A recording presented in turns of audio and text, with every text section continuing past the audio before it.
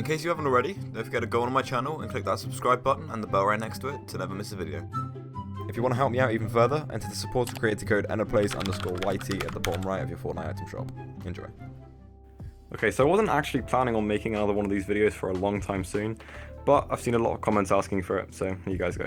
So yeah, so this is obviously an updated setup video. Only two things have really changed since my last setup video, so that's why I wasn't going to do one, but one of the changes in particular is quite big. Alright, so what I'm going to do is I'm going to go through each thing in my setup and just basically talk about it. So let's start with the keyboard. So my keyboard is the Ducky 1.2 Mini. I've got silent red switches on it, and as you guys can see, I've just customized it a little bit with the red keycaps that came with it. So obviously I've got the WASD ones with arrow keys on, escape, and that's my clip button. This keyboard is so much better than my last one. My last keyboard was the Razer Black Widow V2, and it was honestly huge. I can show you guys a comparison now. So here is my old keyboard, and there's the Ducky, obviously. So yeah, you guys can see the size difference. It's a bit ridiculous, so having this size keyboard definitely gives me a lot more mouse room, which I really like. Also, I was kind of getting fed up with the clicky keys of my Razer keyboard, so the silent red switch is definitely working in my favor. So that's one of the two differences in my setup compared to the last video I did on it. So before I show you guys the second one, I just want to go through everything else. So the next thing is my mouse. So I use the Razer Mamba Elite.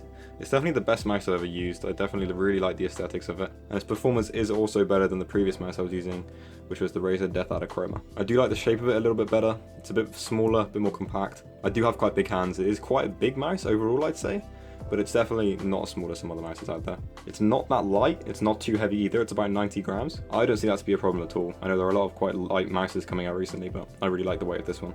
It also has 8 bindable inputs. These two buttons are on top of the DPI buttons, and I have it as that by default. The middle mouse can actually be moved left and right. Those are two inputs like that, but I actually don't use those. I probably should do, to be honest.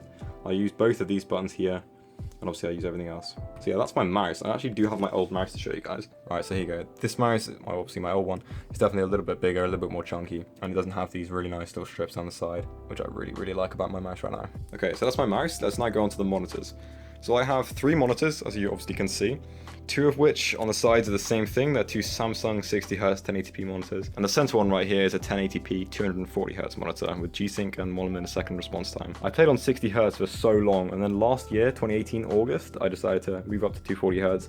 I've never actually owned a 144Hz monitor, so I went straight from 60 to 240. These monitors definitely do the job. They're not really gaming monitors, they're just standard monitors that you'd get in your local computer store, but they do the job. So yeah, the middle one is what I play games on, the left one is what I'll usually have Discord on, and the right one I'll usually have Spotify open, or if I want to, sort through files or watch YouTube and stuff, I'll just, do what I want with that. Alright, so behind the monitor, as you guys can see, I've got my lamp. That's just giving a bit of light for the setup video. I usually have it pointed towards the wall, just so everything else is lit up in my room a little bit better. But with it pointing upwards, it also lights up here a little bit better as well for the keyboard cam. If it was pointing directly on it, it would give too much of a glare on the webcam, so I usually have it pointed upwards as I do here, so it just lights it up slightly more. So in my last setup video, I didn't actually have my webcam set up, but this is what it looks like when I have my webcam set up, and I don't actually take it down now. I used to take it down, but I just keep it behind my monitor now, so it's just set up on a little tripod, and it's just balancing on the back of my monitor there.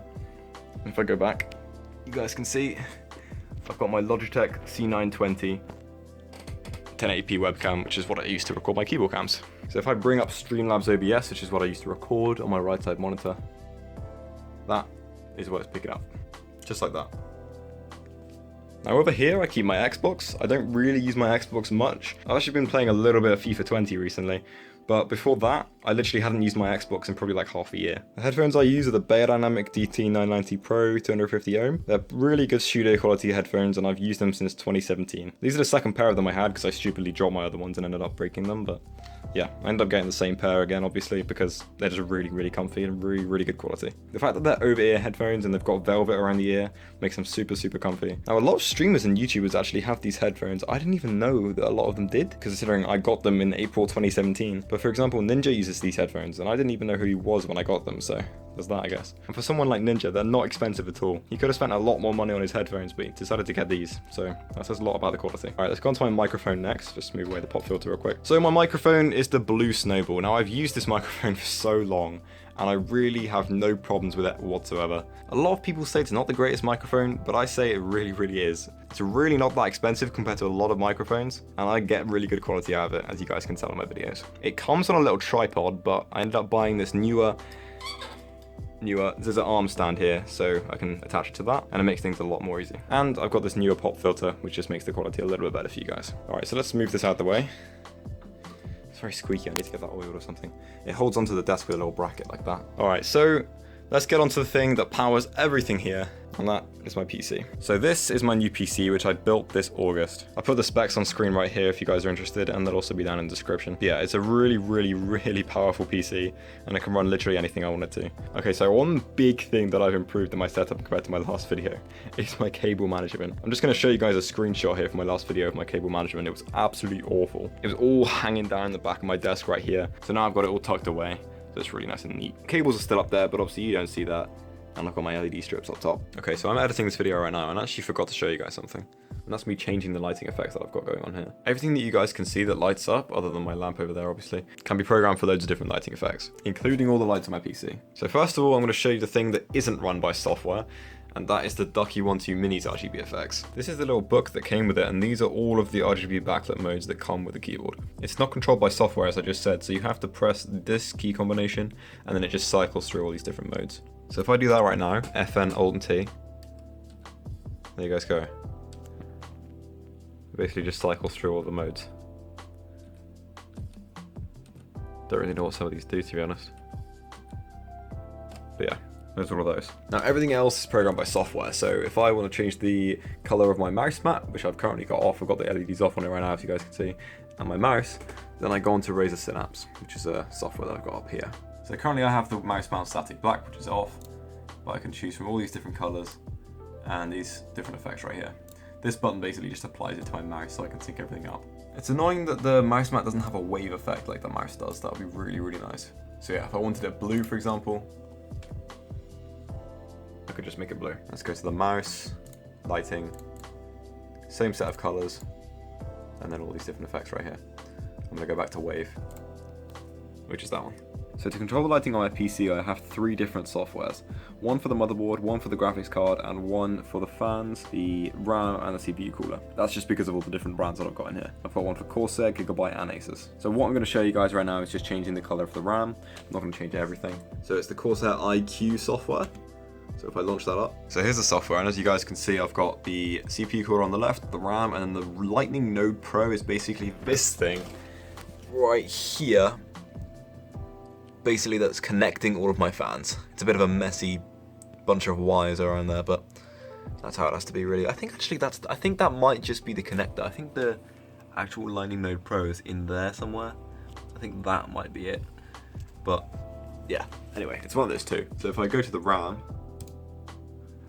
lighting effects, that's what I've got going on at the minute, obviously. Spiral rainbow, loads of different things I can get here. What does the normal rainbow look like? I actually don't know.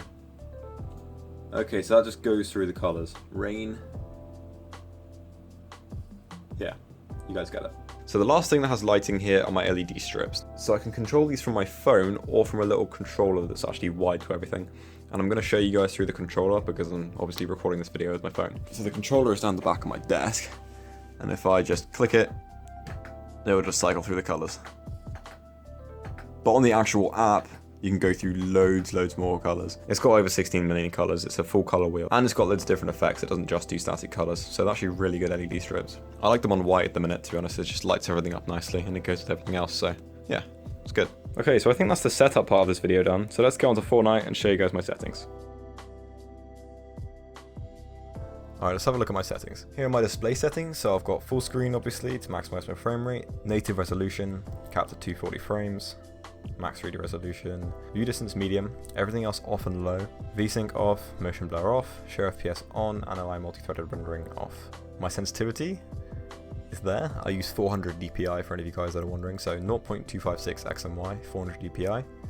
0.369 targeting, I have never changed that since I've set it, literally, and neither with that either. I've always used max scope sensitivity. I remember when they implemented this, I put it straight up, and I've never changed it. Nothing else here I've changed except from the HUD scale, which is 0.74, which I've recently just put up a little bit more because I couldn't actually see the ammo that my teammates had when I was spectating them. Nothing else I've changed. Toggle sprint off, sprint by default off, sprint cancels reloading off. So I use the Deuteranope color by mode with a 4 strength. I usually put it on 5, but it always goes down to 4 by default. I don't know why. I might have done it now. Yep, see, it just goes down to 4. I don't know what's going on. But yeah, that's what I use. Now all my inputs are here. I'm not going to talk through everything, I'm just going to scroll slowly so you guys can see what I've got set.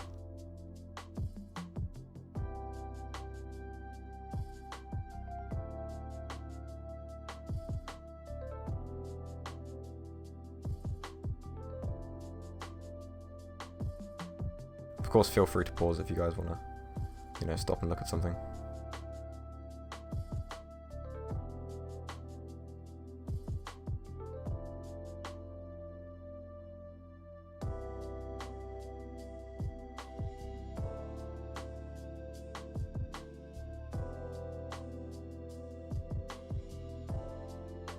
Okay, that is it for buy. And that's going to be it for the video, so thank you guys so much for watching, it means a lot. I hope I answered all your questions and showed you what you wanted to see, and if I didn't, then feel free to drop a comment and I'll get back to you. Alright, don't forget to drop a like and subscribe and notice for more videos, and I'll see you guys in the next one.